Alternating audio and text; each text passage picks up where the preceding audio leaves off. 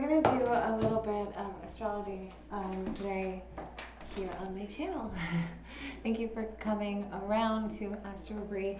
I'm working off of Facebook for a very long time, but using YouTube mostly for my private clients, so that I could have, they could have private unlisted videos, but all of my live stuff was on Facebook, and I am no longer going to be on Facebook. I will slowly be ending my business there, and it will all be redirecting here to the YouTube platform. So I just wanted to say hi to everybody, the YouTube family, and all to my new people. Hello, it's so nice to meet you. This is a happy astrology channel. I am a Jupiter person.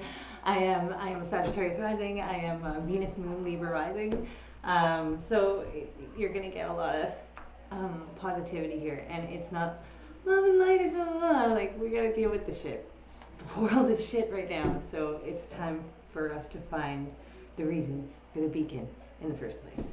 Okay, so let's get into it. I've got my ephemeris here. To any astrology newbies that are out there, get one of these. Get one of these. Especially third house people, Gemini people, mutable people in general, heavy and Mercury people. This will help you. The way that it graphs together, and the way that you can really step back and look at literally 50 years day by day. Sorry, 100 years day by day. So anyways, let's look at now. Here we are. So 2021. Oh, so we are in between eclipses. Jupiter is currently forward, still at 1 degree. He will hit 2 degrees before he retrogrades. But Saturn is retrograde right now at 13. 13 is a hard degree. In numerology, 13 works out to 4. 4 is strictness. 4 is the first time we get a level of a new platform of materialism and stability, but it also is a, like I said, it's a platform, so it's a plateau of sorts. It's a crescendo of sorts. It's not crescendo, plateau of sorts. We get to that point, and we can get stagnant at that point and stop growing. So Saturn at 13 degrees Aquarius, tropical, to me says that this is about really unbuckling how all those 4-sided tables really only need 3 to stand up. We're going to have to readjust everything. We have to take all the pieces off, and I think that's what we're learning before we move on to 12, which he will, halfway through June, when we're past this eclipse season, he will finally move off the 13th degree. But this entire eclipse season, Saturn's at this 13th number, this 13th degree, and I think that's very important. Venus is changing signs during this eclipse, the switchover in the eclipse. She's going from Gemini into Cancer. This is really interesting because Mars has been in Cancer, and Mars is leading right now. And I think it's always beautiful when Mars leads and Venus comes through after, because especially when you see that in a natal chart or a composite chart, when Mars is leading closer to the horizon sign in the vertical, sort of the sphere charts, you can see the horizon sign. And if Venus is here and Mars is here, then you get this blessing and this sweetness, and then there's this agitation and this passion and this motivation. But when Mars comes first in a sequence, like we're having for this eclipse season, we get the passion and the ignition, and we get the motivation, and then we get the sweet after. We get the balance and the harmony coming in after, which is a beautiful thing. It reminds me of the Mars and Venus story that I read about when talking about Aries and Aphrodite and their love affair. And if you look at any of the famous paintings of these two gods, Mars is never, or Aries is never looking like a war god in those pictures. Every other picture of him, you will see him like looking like a war god. He's in armor. He has his weapons with him. He looks tough and broad or angry. And when there are pictures of him in Venus, that is not the case at all. He is half naked. So half the time he's sleeping. Like she just puts his energy to ease. Oh, there's my little Mars and Venus going off right now. When they do spark off. It will be great, but the reason that I'm really wanting to point this out is because neither sign is really happy in Cancer water. Cancer, Venus loves being in a water sign, okay? She can handle anything, and so can Mars, really. I mean, Mars even owns his own water sign, right? So he can handle Cancer energy, but it's not his favorite place to be. And Venus, she can handle the depths of Cancer, but again, it's not light. She likes either things that stabilize her or things and balance her, or things that equal and liberate, right? Like it's either air or earth with Venus. It's either Taurus or Libra energy to make her happy, to make her really happy. But, and she likes Pisces too, because there's an etherical thing and it's not as heavy as Cancer. But Cancer, really, that's why the moon is the only thing that can rule Cancer. No other personal planet can handle that kind of shifting depth that the Cancer energy brings forth. I digress. Anyways, with Mars having gone through Cancer, we really have had our egos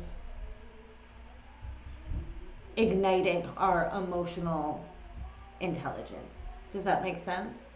We've had okay, so when did Mars go into... Mars went into Cancer April 22nd, 23rd, depending on where you live.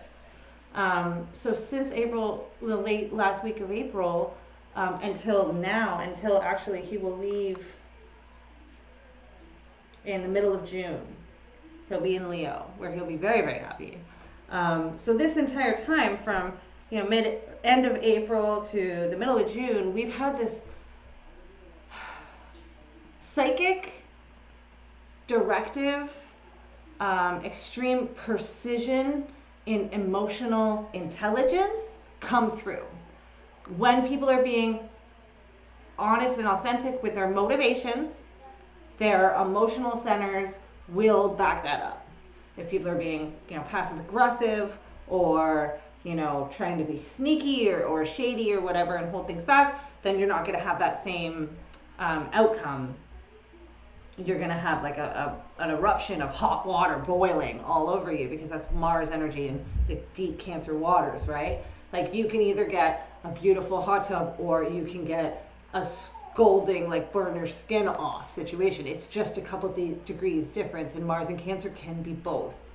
And we really haven't been experiencing that. The feminine generally gets a bit of an ego boost. The feminine in everybody, the softness in us, the wanting to nurture, it gets more of a directive plan and energy and forcefulness to it during Mars in Cancer. But when we have, like, as a universe, as a collective, as a society experiencing these transits, and a universe experiencing these transits, as Venus moves into this lovely female water sign ruled by the moon, she's friends with the moon. I mean, they don't always get along, but they're very similar energies. They're very feminine energies.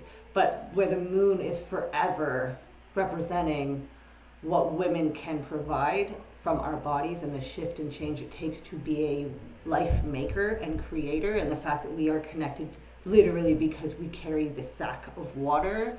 We're very much, like my daughter said to me today, she's, water is my God. And I didn't pull that from her. I did not say that to her. She came to that from her own perspective. To her, that is life. That is life force. And it makes perfect sense to me as well. Again, I digress, but Venus moving in here is going to be wonderful. We're going to find there is a lot of weddings this June. There will be a ton of proposals. I promise you there will be a ton of proposals. There will, and that means proposal for like self too. So not even like just romantic gestures of proposals. People will be proposing to themselves. They will be dedicating their feelings of transformation and emotional intelligence really be recepted from other people and through their connections. So you're going to hear and see people going off about their, being proud of their shifts and their changes as Venus moves in and Mars moves out. So that's what's coming for the first couple weeks of June with the personal planets. Ceres is also in a big way involved in this eclipse. She's one of the planets that's holding and I know she's not a planet, she's an asteroid thing, but whatever. She's like bigger than Pluto, or almost big as Pluto. Ceres is massive, and she has I want to say it's shorter than Jupiter. It's less than 12 years, but it's more than Mars, her orbit. Anyways, she is in Taurus for all of this, which, as you know, that's where Uranus is. She is in a later degree of Taurus. But she is in almost perfect trine to Saturn in Aquarius. That's square. Sorry, not a trine. She is in a perfect connection almost. And Ceres is how we nurture ourselves. It's how our soul says, okay, I need to brush my teeth. It's your 6th house stuff, your Virgo stuff. It's that kind of stuff. It's how you nourish yourself. And I'm not talking about like a good spa day kind of thing. I'm talking about like your regular stuff. Personally, if you're looking at your chart and you want to see what kind of care you take for yourself, you're going to look at your Ceres on your chart. And Ceres is it's like a letter. It's like half a Venus sign. Okay, so we've got the cross for Venus, and instead of having a whole circle, it's just half of the circle. Okay, that's Ceres' glyph. You can find it on your chart, and I believe she's asteroid number 1. We talked about Jupiter, we talked about Saturn. So yes, the next eclipse, when this ends, we're between eclipses. The first one happened on, I probably should have started with this. The first one happened on the 26th, 27th, and now we will have the next, which is the solar eclipse on the 10th. And I would give it another 10 days outside of the 10th, so like the 20th of June, before everything feels a little bit less weird. Everybody knows Mercury's in retrograde, but by the 21st he'll be out of retrograde and back to direct. So that also will make things easier. So yeah, consider now until June 20th to just be like a complete redo of a level.